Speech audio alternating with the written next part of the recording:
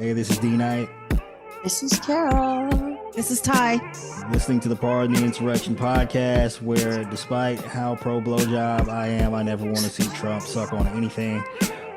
So we're days before the 2024 election. As I've noted here, lately we're living in Schrodinger's democracy, where we're all going to open the results of the 2024 election and find out whether democracy is in fact alive or dead.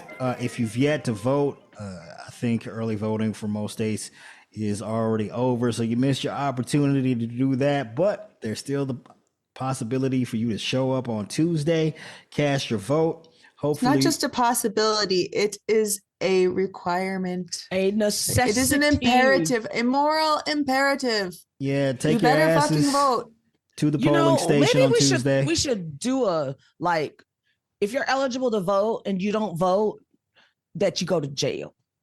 You go to democracy jail. I don't like that idea. I mean, I am generally speaking in favor. Okay, that's a little fashy, but you know, we'll put them in the didn't vote wing of being the camp. Nice is not working. That we are also people. at.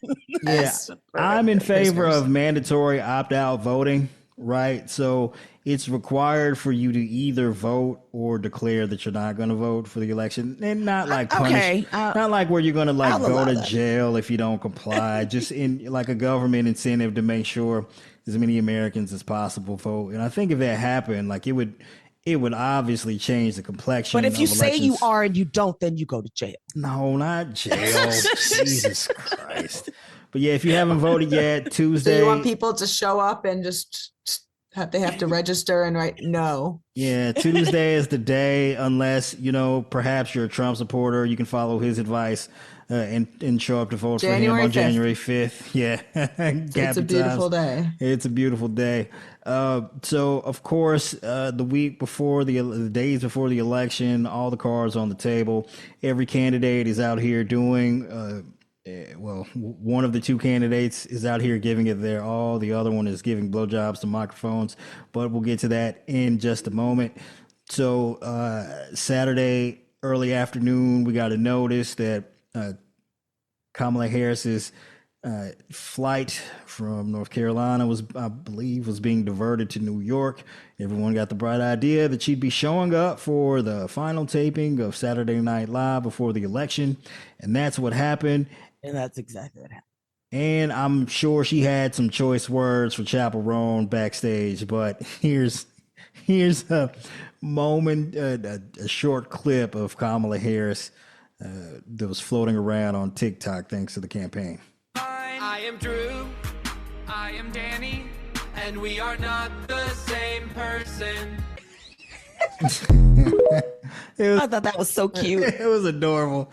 Hey, whatever you think about Kamala Harris, you cannot say that she is not likable. I know that a lot of that was floating around 2016 in regards to Hillary Clinton. You cannot have, however you feel about Hillary Clinton, rightfully or wrongfully so.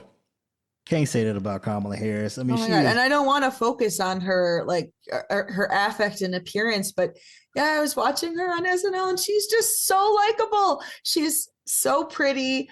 She has such an infectious smile. I know that's not what to focus on, but I kept focusing on how much they really did look alike, though. Yeah, that was the other thing. I was like, I was like, damn. It's like, are they sisters? So fun. Like, how could you be mad? How could you hear and see her and be mad? No, she's got like the perfect combination of the ability to be like warm and fun and quirky, but also like stern, like, you know, most black moms. She got black mom energy, but she also got, you know, black cuz energy. Yeah. Definitely. She could be cuzzo. I get that vibe. Or Big Mama at the same time. Is incredible. But yeah, she killed her Saturday Night Live performance. They did the thing with like the mirror where the two of them are looking at each other and conversing back and forth, and MAGA was mad. They're like, oh, you ripped that off, man. Saturday Night Lives, they've been doing that shit for 20 years. It's like absolutely nothing new. Right. Yeah, but just kudos Trump to Kamala danced Harris. with singing chickens, okay? It was not the same. The same. I appreciate the Harris campaign deciding they're going to take every possible conventional route to try and, drum up support for the election, but also taking every possible unconventional route, Yeah, perhaps I agree. like having Glorilla shake her ass at the Kamala Harris rally, which I personally just find extraordinarily entertaining. I don't particularly care about Glorilla or her ass, but her music is interesting. But yes, that's like striking, like taking every possible angle to try and get as much support as possible. That's what the Kamala Harris campaign is up to. Meanwhile, we've got Donald Trump out here taking, well, just the least plausible possible angle for a presidential candidate in the week before election that anyone has ever seen.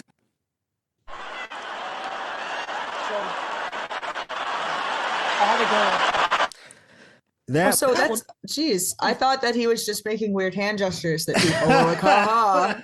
Okay, No. he was really going down on that microphone. Yeah, Yes, that was Donald Trump performing fellatio on a microphone on stage at a campaign rally a week before the presidential election. So manly.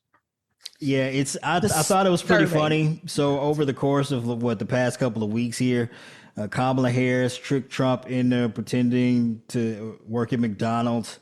Joe Biden got him to, pretend to be a garbage man, and Bill Clinton got Trump to pretend to give a blowjob. It's an incredible turn of events.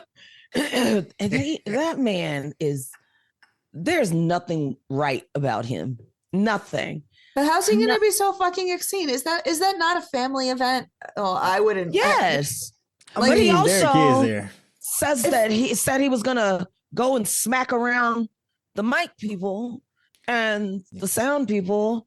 So Yeah, I guess if you're a MAGA family, it fits in with their family values. just sucks. Like if he wins, you have to tell your kids like, no, you can't watch the president. How the mic issues ended with him filleting the microphone, I don't understand. Like, it makes no sense to me. I'm sure someone has a reasonable explanation. Whose mic do you have to suck around here together? Yeah, but clearly Trump sucked his way to the top of Republican politics, as he demonstrated there. And, any of our podcast listeners out there, if you believe that you have better form than he does, by all means, post pics of that on my Twitter page at Black Knight Ticket. No, I'm kidding. Don't actually do that. No, DM them. No, I don't want my DMs filled with dick of any sort, whether it's being sucked or not. Oh, I thought it was just going to be a bunch of weird pictures of people like. He's been really obsessed with dicks lately. I mean, yeah, you would think we got enough dick out of Trump's mouth with the. You think he's really worried about Arnold prison? Palmer. Yeah. We'll get to that. Yeah, I thought we were going to get enough dick out of Trump's mouth with the Arnold Palmer comments, but yeah, here we go. Well, I think he's obsessed with a lot of homoerotic shit, because then he went on some tangent about like wrestling migrants or something. I don't know. It was so bizarre about how strong, strapping young wrestlers and that they can take on the migrants. And he was talking about like he played football in high school, but didn't like being at the bottom of a pile of men or something like that.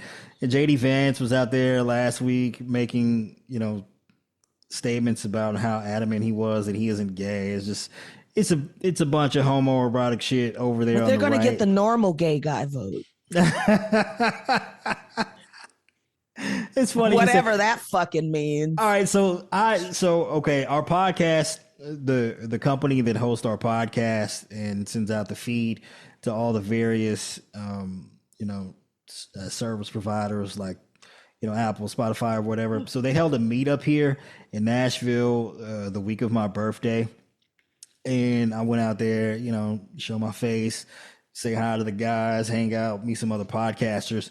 And, one of the things we were talking about, well, obviously everyone asks each other what their podcast is about. I'm like, oh, well, ours is about politics. And, well, as you can imagine, we've been talking a lot more about dick here lately than we ever imagined we would.